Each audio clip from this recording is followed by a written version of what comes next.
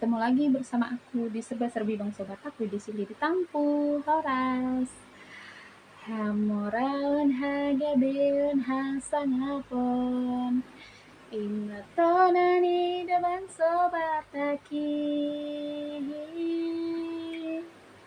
Oke, pada kesempatan kali ini dan di dalam video kali ini kita akan membahas tentang kalimat Hamoraon, Hagabeon, dan Hasangapon. Iya, 3H. Itu sangat melekat ada di dalam ingatan suku Batak, orang-orang Batak gitu. Sudah kayaknya udah familiar gitu 3 kata itu. Hamoraon, Hagabean, dan Hasangapon. Apa itu? Kenapa itu harus ada di dalam kehidupan kita orang Batak? Yang pertama, Hamoraon, kekayaan.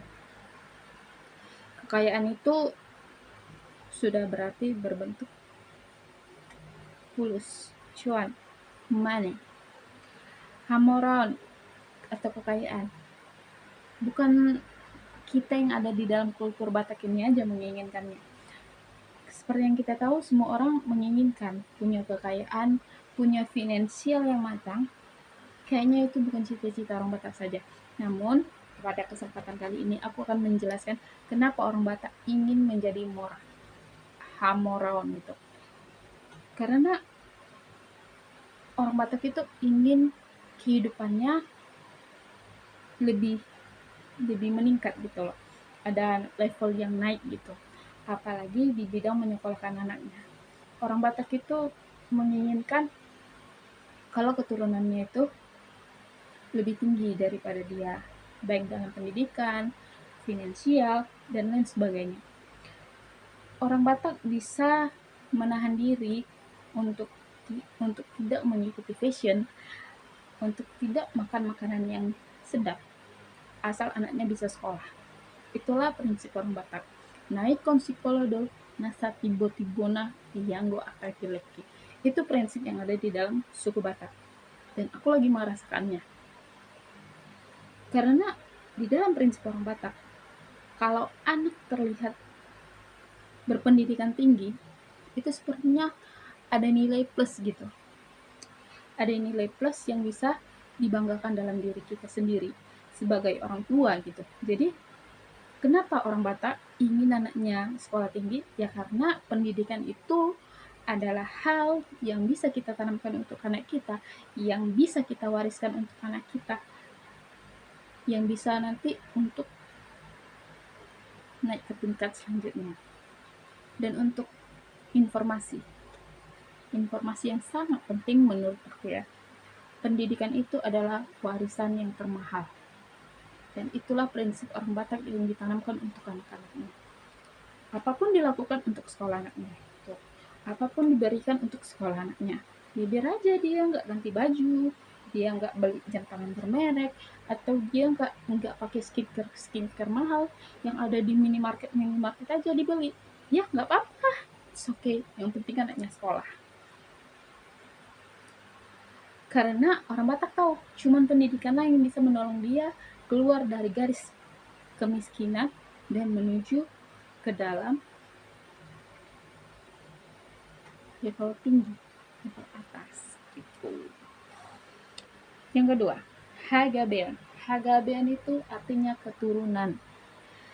Keturunan, semua orang mau ya punya keturunan. Hagabeon. Maksudnya itu marana dan marbun. Punya anak laki-laki dan punya anak perempuan. Di dalam kita orang Batak ini, sesudah kita menikah itu, jadi nama kita itu panggilan kita itu nggak nama kita lagi gitu, bukan nama kita yang di lahir lagi gitu. Ada step-stepnya. Nanti kalau baru menikah kita dipanggil Mama Harapan gitu. Sesudah kita pregnant atau kita hamil, kita dipanggil Mak Lema. Dan sesudah kita melahirkan, panggilan kita berubah lagi menjadi Mama Butet atau Mama Ucok atau Mak Sels lah, terserah siapa nama anakmu gitu. Mak Andreas kah, Mak Jonathan kah, atau seperti aku Mak Nia kah gitu. Jadi itulah yang ada di dalam orang Batak. Katanya mempunyai anak itu gabe, mempunyai anak itu bagus. Tapi di dalam orang Batak itu yang membuat gabe itu 2 kali bertukar nama. Pertama, pertukaran nama karena memiliki anak, dan kedua, pertukaran nama memiliki popo. Dan setelah kita memiliki anak, tadi kan nama kita jadi ditukar tuh, menjadi mama apa gitu. Nah, selanjutnya ketika kita memiliki cucu, nama kita diubah lagi tuh, bukan jadi mama mama butet atau pak butet lagi gitu. Diubah menjadi opung butet atau opung uco gitu. Nah, disitulah letak hagabeon orang Batak. Memiliki pinopat, memiliki keturunan, sehingga dia merubah 2 kali nama panggilannya. Tuh. Next, yang terakhir. Yang terakhir adalah hasangapon. Hasangapon. Hasangapon itu artinya hormat atau terpandang. Di dalam suku Batak, kita memiliki sebuah filsafat yang sangat melekat di dalam kehidupan kita. Dan menurut aku secara pribadi, filsafat ini sangat dan sangat penting untuk kita tanamkan di dalam kehidupan kita. Isi filsafatnya itu adalah Patundo dalan hangoluan, tois dalan hamagon. Yang kalau di dalam bahasa Indonesianya adalah sopan adalah awal dari kehidupan, kesombongan adalah awal dari kehancuran. Itu adalah filsafat orang Batak yang sangat melekat di dalam diri orang Batak. Dan untuk mewujudkannya itu, kita mempraktekannya atau mempiurkannya di dalam kekerabatan kita. Apa itu kekerabatan kita? Kekerabatan kita itu ada sanak saudara, keluarga, teman, atau yang lain-lainnya. Disitulah kita praktekkan itu. Bagaimana kita mempraktekannya itu? Kita mempraktekannya itu dengan dalian natul. Manap mardonga tubuh, somba marhula-hula, dan elek marboro. Dan dari yang ketiga ini, semuanya itu mencantum kasih di dalamnya. Manap mardongan tubuh artinya kita harus pelan-pelan, kita harus berhati-hati dalam berkekerabatan mardongan tubuh. Somba marhula-hula, kita harus hormat kepada hula-hula kita. Dan elek marboro, kita harus mengonju atau memberikan kasih sayang kita kepada boru kita, iboto kita, dan namburu-namburu kita. Itu. Jadi di dalam ketiganya ini, di dalam ketiga intinya ini, kita harus menanamkan kasih di dalamnya, yang ketiganya inilah yang bisa mencakup dalam kehidupan tadi, kehidupan pantun dalam hangoluan, tois dalam hamagoan.